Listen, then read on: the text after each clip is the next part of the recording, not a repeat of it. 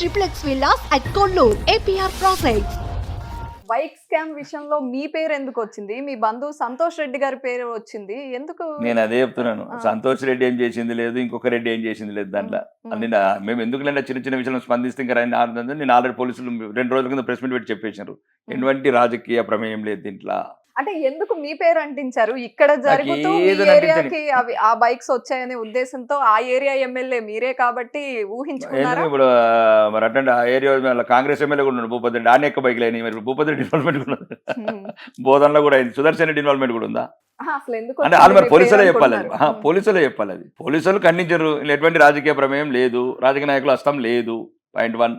Point 2, దీంట్లో ఒకటే కాదు, భీమ్గల్ ప్రశాంత్ రెడ్డి ఉన్నాడు, సునీల్ రెడ్డి ఉన్నాడు, భూపతి రెడ్డి ఉన్నాడు, ఇంకా వాళ్ళు ఉన్నారు. బోధనలో దొరికినారు, ఆర్మూలు దొరికినారు. ఇది ఒక విస్తరించింది రాష్ట్ర వ్యాప్తంగా. మరి ప్రతి ఒక్కరు ఉంటే రేవంత్ రెడ్డి కూడా ఇన్వాల్వ్మెంట్ ఉండాలి. దానివల్ల ఏమవుతుందంటే ఇంకా దుర్మార్గులని మనం ఎంకరేజ్ చేసినట్లు ఉంటుంది. ఇప్పుడు ఒక అతనేమో మొత్తానికి ఆడ అసలు ప్రజలు మర్చిపోయినారు మాజీ శాసనసభ్యులు. నేను ఏ కొద్దిగా ఇచ్చిన పానం పోసినట్లు అవుతుంది. పాముకు పానం పోయడం ఇష్టం లేదు.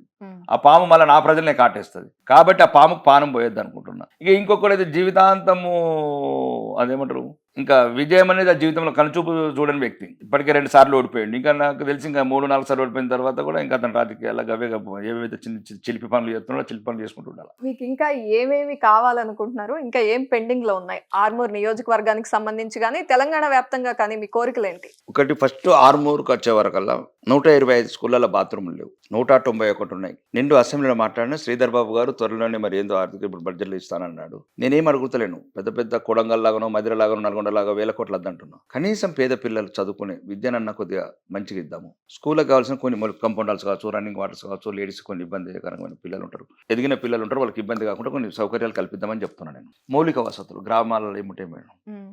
చిన్న గ్రంథాలయం, మహిళా భవనము, అంగన్వాడీ బిల్డింగు, లైబ్రరీ, చిన్న ఏమంటారు సీసీ రోడ్లు, డ్రైనేజీలు, చిన్న ఒక మంచి గ్రామ పంచాయతీ, మంచి కొద్దిగా గ్రీనరీ, పల్లెటూళ్ళని పచ్చగా చేసి వాళ్ళు బతకనిద్దామంటున్నాను.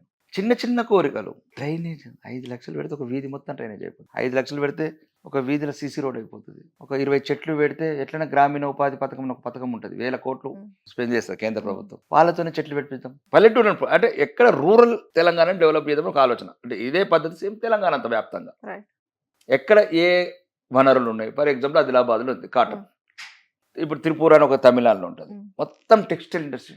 పత్తి కూడా వండదు దీప. ప్రపంచానికి ఈరోజు క్లాత్ ఎక్స్పోర్ట్ నెంబర్ 1 అది. అంటే ఇలా ఎక్కడో ఒక చోట ఒక మార్గం ఉండాలి. దీనికి ఆలోచిద్దామని నేను అంటున్నా. అంటే ప్రభుత్వాన్ని కోరేది కూడా, ఇప్పుడు మాకు నెలకు 20,000 కోట్ల ఆదాయం, అప్పు మళ్ళీ నెలకి ఇప్పుడు సరే 1,60,000 కోట్లు, సుమారు 15,000 కోట్లు తెస్తున్నారు ఎవ్రీ మంత్. ఇవి ఎటు పోతున్నాయి అర్థమవుతలేదు.